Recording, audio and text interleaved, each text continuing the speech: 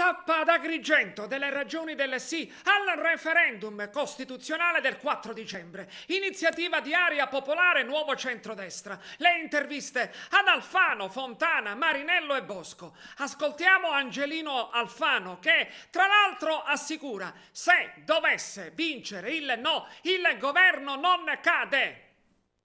Tappa ad Agrigento delle ragioni del sì al referendum costituzionale del 4 dicembre, iniziativa di Area Popolare Nuovo Centrodestra in presenza del leader e ministro dell'Interno Angelino Alfano. Il referendum è un'occasione di cambiamento straordinaria e penso anche che sia l'ultima, perché non credo all'idea, anzi alla bugia di quelli che dicono fallita questa riforma ne facciamo subito un'altra. Non è così, l'ultima volta ci si è provato 11 anni fa, se fallisce questa volta ne riparliamo tra 30 anni. Ed io credo che il vantaggio di questa riforma è che non tocca nessuno degli ideali che hanno scritto i nostri costituenti, nessuno dei principi fondamentali, nessuno dei diritti e dei doveri, ma tocca solamente il funzionamento della macchina organizzativa del nostro Paese e della nostra Repubblica, che è una bella macchina, ma è una bella macchina d'epoca. Adesso necessita di begli aggiustamenti al motore, perché essendo una macchina d'epoca è bella a vedersi, ma poi nella sostanza se la metti a correre arriva ultima, se la metti a Maranello arriva ultima. Del resto è stata concepita in un'epoca post-fascista,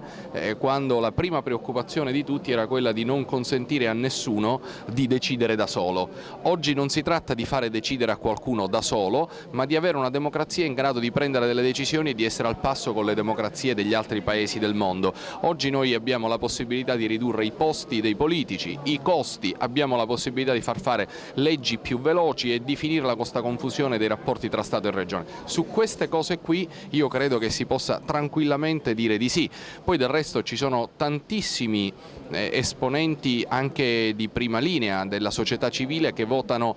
sì a questa riforma pur dicendo no a questo governo. Sono due cose distinte e separate, sono due cose sganciate e io credo che questo finirà per fare prevalere il sì. Vuole trasformare l'appuntamento del referendum in uno scontro pro Renzi sì, Renzi no? Ma l'idea è quella di fare cadere il governo se vince il no, ed io a quelli che magari voterebbero sì perché condividono i contenuti, ma votano no perché sono convinti che se vince il no cade il governo, dico che possono votare tranquillamente sì, perché anche se vince il no il governo non cade. Quindi ma perché non cade? C'è un motivo molto importante. Il referendum è sulla riforma costituzionale. La riforma costituzionale è un qualcosa di molto importante, ma non è il tutto del governo. Questo governo si è misurato anche sui temi della sicurezza, dello sviluppo economico, della riforma della pubblica amministrazione, dell'eliminazione dell'articolo 18, dello sviluppo occupazionale del nostro Paese, e tutto questo non può essere riassorbito solo nel referendum. Quanto secondo lei è sostenibile, se è sostenibile, la tesi del deleterio combinato disposto tra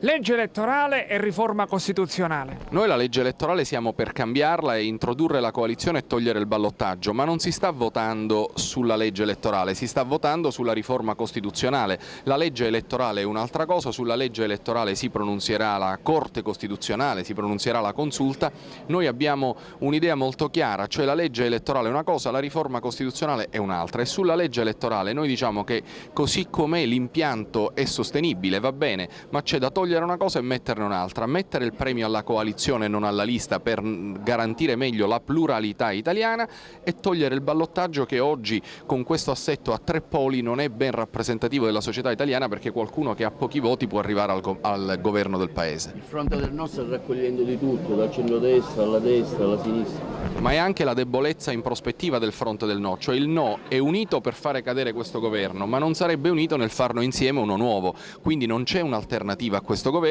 e questo è il vero motivo per cui poi alla fine questo governo non può cadere. Sì, siamo qui per ribadire con forza, ma soprattutto con convinzione, le ragioni del sì,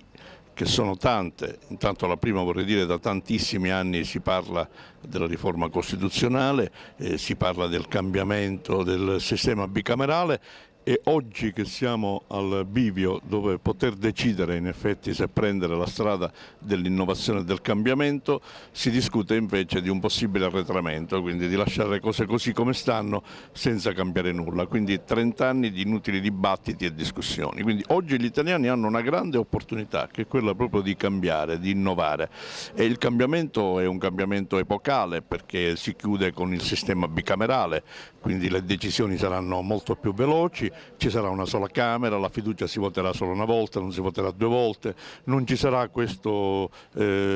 travaso e questo ping pong fra le 2 Camere se qualcosa viene cambiata in una Camera piuttosto che in un'altra, insomma quindi un processo di semplificazione per dare delle risposte più rapide, più immediate ai cittadini, visto che oggi tutto è diventato molto più veloce. Ma non solo, si risparmiano tantissime risorse, il Senato diventerà solo un Senato delle regioni che si occuperà prevalentemente delle questioni regionali, quindi entrerà soltanto in casi eccezionali, si voterà anche al Senato, ma il Senato sarà dedicato prevalentemente alle questioni proprio che riguardano le regioni. Poi c'è un processo anche di ritorno verso una centralità che è quella dello Stato, perché molte competenze che erano state trasferite alle regioni ritornano invece allo Stato, quindi non più quel decentramento e quella devolution di cui ci siamo riempiti la bocca per tantissimo tempo e per tanti anni, e si scompare anche quella voce di concorrenza, quindi non più le leggi concorrenti, ma ci saranno delle norme che saranno attuabili solo dallo Stato e altre invece che saranno esclusive delle regioni, quindi questo sarà un processo che semplificherà anche tutto l'iter, ma ci sarà anche un risparmio notevole perché il Senato sarà assolutamente alleggerito, non ci saranno più delle prebende per i senatori, i quali saranno sindaci o comunque consiglieri regionali, e quindi anche questo consentirà un risparmio notevole. Sì, siamo qui per ribadire ancora una volta la nostra posizione. La nostra è una posizione chiara, una posizione verso un ammodernamento dello Stato.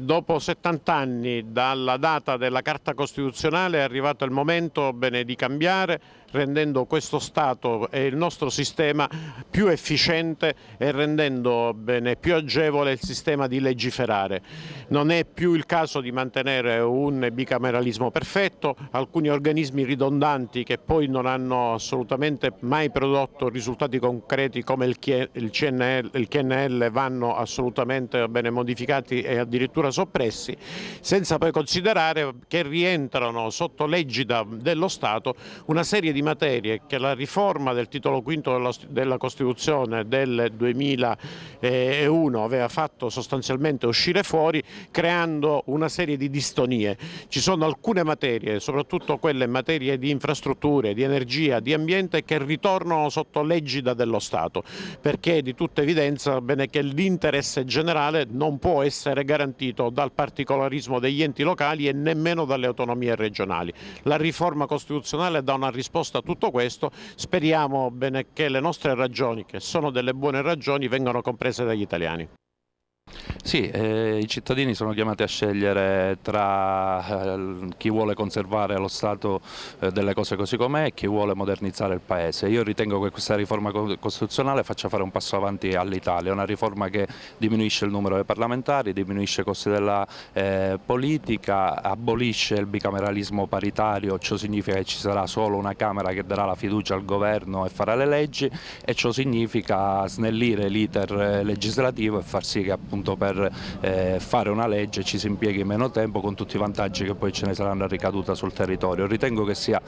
la data del 4 dicembre una data importante per gli italiani e noi siamo convinti che la gente capirà che ha l'opportunità di far fare un passo avanti